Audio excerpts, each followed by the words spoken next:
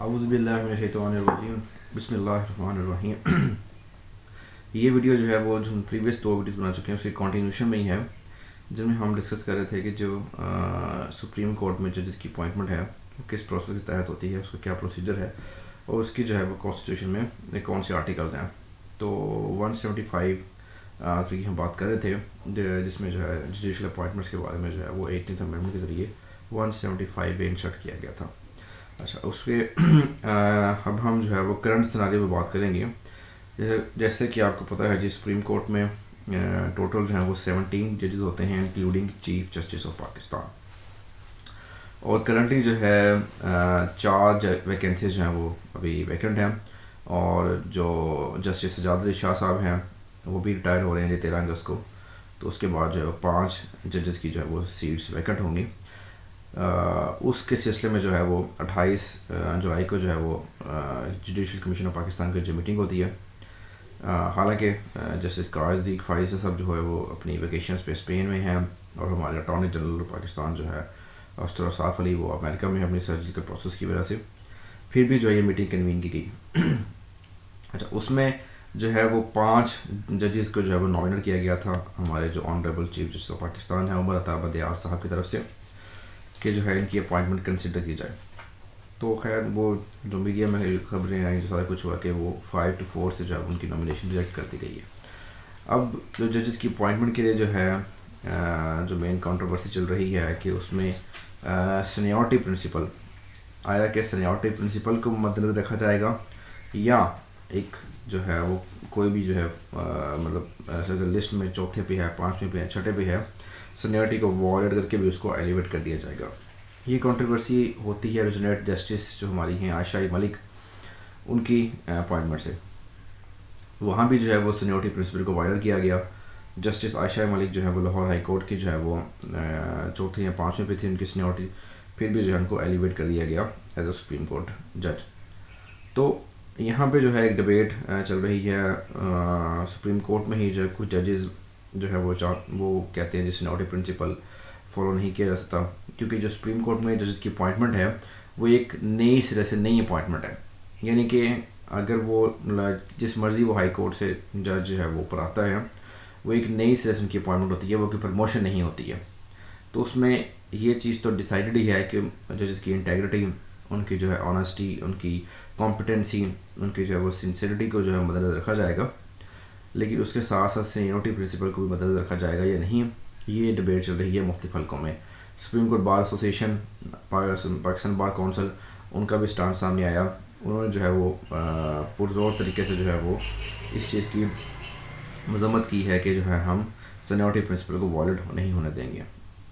ठीक है जी। अगर हम कॉन्स्टिट्यूशन की बात करते हैं तो कॉन्स्टिट्यूशन में जो है वो ये चीज़ तो क्रिस्टल क्लियर है, चीफ जस्टिस ऑफ पाकिस्तान जो है वो कौन से जज ने बनना है, उस चीज़ में तो है वो सीनियरिटी प्रिंसिपल फॉलो होना ही होना है।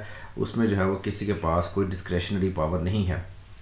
जो भी चीफ जस्टिस ऑफ पाकिस्तान अपनी 65 ईयर्स ऑफ एज की एज अटेन करता है वो रिटायर हो जाता है, और जो उनसे सीनियर मोस्ट जज रहते हैं सुप्रीम कोर्ट में वो उनको सक्सीड कर लेते हैं जी। लेकिन जो अपॉइंटमेंट या एलिवेशन है जजेस की, उसके हवाले से जो है वो कॉन्स्टिट्यूशन में कोई क्लियर कट चीज़ नहीं लिखी हुई है।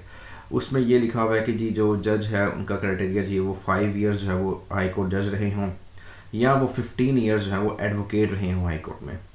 तो इसमें अगर हम देखें तो इसमें एडवोकेट का भी जिक्र कर दिया गया है। उसमें मैंडेटरी नहीं है कि वो जज ही हों किसी भी हाई कोर्ट के, वो उनका एक्सपीरियंस जो है वो 15 ईयर्स जो है वो अगर एज अ एडवोकेट है किसी भी हाई कोर्ट में, तो उनको भी कंसिडर किया जा सकता है for elevation to supreme court. तो इस केस में जो है हमारे 2 सीनियर मोस्ट जो चीफ जस्टिस हैं, एक तो इस्लामाबाद हाई कोर्ट के हैं जस्टिस अतर मिनुल्लाह साहब, उनको जो है बड़ी देर से इग्नोर किया जा रहा है। हालांकि वो सीनियरिटी लिस्ट में टॉप पर हैं। वो पर्सनल लाइकिंग डिसलाइकिंग फैक्टर आया था जिसकी वजह से उनको एलिवेट नहीं किया जा रहा। दूसरी तरफ हमारे जो सिंध हाई कोर्ट के चीफ जस्टिस हैं जस्टिस अहमद अली शेख साहब, वो भी सीनियर मोस्ट हैं, उनको भी एलिवेट जो है वो अभी तक नहीं किया गया, ना ही उनको कंसिडर किया गया। जब जस्टिस आयशा मलिक की अपॉइंटमेंट हुई तब भी ये चीज़ सामने आई, मंजरेआम पे आई कि जी उनको आप कंसिडर क्यों नहीं कर रहे। तो तब उनको ऑफ़र की गई एज एड हॉक जज बनाने की सुप्रीम कोर्ट की, लेकिन जो उन्होंने डिनाई कर दी कि जो एड हॉक जज नहीं आएंगे। तो जो 5 नाम जो है अभी जो चीफ जस्टिस पाकिस्तान जो है अमर अहमद आल नफ़ी में, उसमें जस्टिस वहीर साहब हैं जो लाहौर हाई कोर्ट के सीनियरिटी लिस्ट में चौथे नंबर पे हैं। उसके बाद जो हैं जस्टिस रिजवी साहब हैं, जस्टिस सिद्दीकी साहब हैं, जस्टिस फुलपुतो साहब हैं जो कि जस्टिस रिजवी साहब चौथे नंबर पे हैं, सिद्दीकी साहब छठे पे हैं और जस्टिस फुलपुतो साहब 7th पे हैं सिंध हाई कोर्ट के सीनियरिटी लाइन में। तो यहाँ और जो 5वें जो है वो chief justice of Peshawar high court हैं, चीफ जस्टिस कैसर रशीद खान साहब। इन 5 जजेस की अपॉइंटमेंट के जो है वो के लिए इजलास बुलाया गया था 28 जुलाई को। अच्छा, उसमें एक और चीज़ भी देखने वाली है कि जो जुडिशल कमीशन पाकिस्तान है उसमें एक मेंबर हैं, सीनियर जज हैं जस्टिस सजाद अली शाह साहब जो कि 13 अगस्त को रिटायर हो रहे हैं। और उनकी जो वैकेंसी जो है वो एंटिसिपेटेड बेस पे जो है फिल करने की कोशिश की जा रही है। और जस्टिस सजाद अली शाह उसी जुडिशल कमीशन पाकिस्तान के मेंबर हैं जिन्होंने अपॉइंटमेंट करनी है, मतलब वो खुद रिटायर हो रहे हैं 13 अगस्त को, मतलब कि अपनी सीट के अगेंस्ट वो बंदा जो है वो खुद अपॉइंट कर रहे हैं। ये भी जो है एक कॉन्स्टिट्यूशन वायलेशन है कि सीट अभी वैकेंट नहीं हुई है, आप उस पर पहले ही कंसिडर कर रहे हैं अपॉइंटमेंट के लिए, तो ये भी जो है वो कॉन्स्टिट्यूशन वायलेशन के ज़ुमरे में आता है।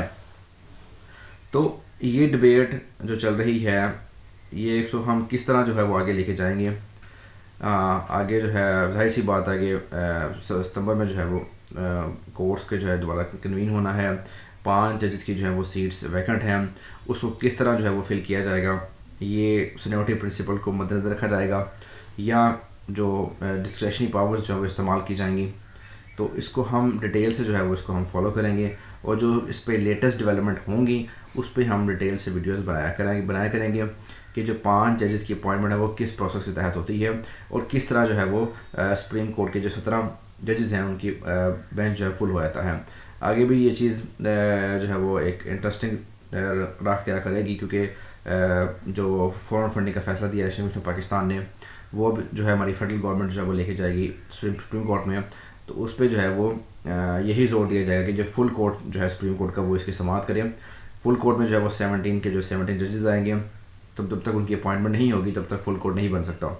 तो ये चीज़ भी हम आगे जो डिटेल से डिस्कस करेंगे कि जो फॉरेन फंडिंग का जो फैसला आया है इलेक्शन कमीशन ऑफ पाकिस्तान की तरफ से वो किस हद तक जो है वो पाकिस्तान तहरीक इंसाफ के लिए ख़तरनाक है और इसके पाकिस्तान की सियासत पे क्या इसके रेमिफिकेशंस आएंगे। तहरीक इंसाफ जो है वो उसके लिए आगे उसकी वो किस तरह की जो है वो आगे वे अडॉप्ट करेगी कि वो सुप्रीम कोर्ट में जाएगी, वो क्या चैलेंज करेगी। इलेक्शन कमीशन ऑफ पाकिस्तान में जो है वो उसने जो है वो चार्जशीट क्या किया है पाकिस्तान तहरीक इंसाफ को, उस पर हम डिटेल से डिस्कस करेंगे।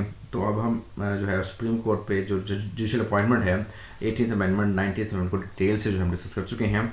तो आगे हम जो है हमारी नेक्स्ट वीडियो जो है वो इलेक्शन कमीशन पाकिस्तान की फॉर्मेशन पे होगी और जो हमारा फैसला जो आया है फॉरेन फंडिंग केस का या प्रोहिबिटेड फंडिंग केस का तहरीक इंसाफ के ऊपर, उसके जो है हमारे सियासत पे क्या रिपरकशंस होंगे उसको हम जो है अगली वीडियो में डिटेल से डिस्कस करेंगे। तो आपसे मुलाकात होती है अगली वीडियो में जी। Thank you very much. Channel को लाइक करें, सब्सक्राइब करें और शेयर करें जी।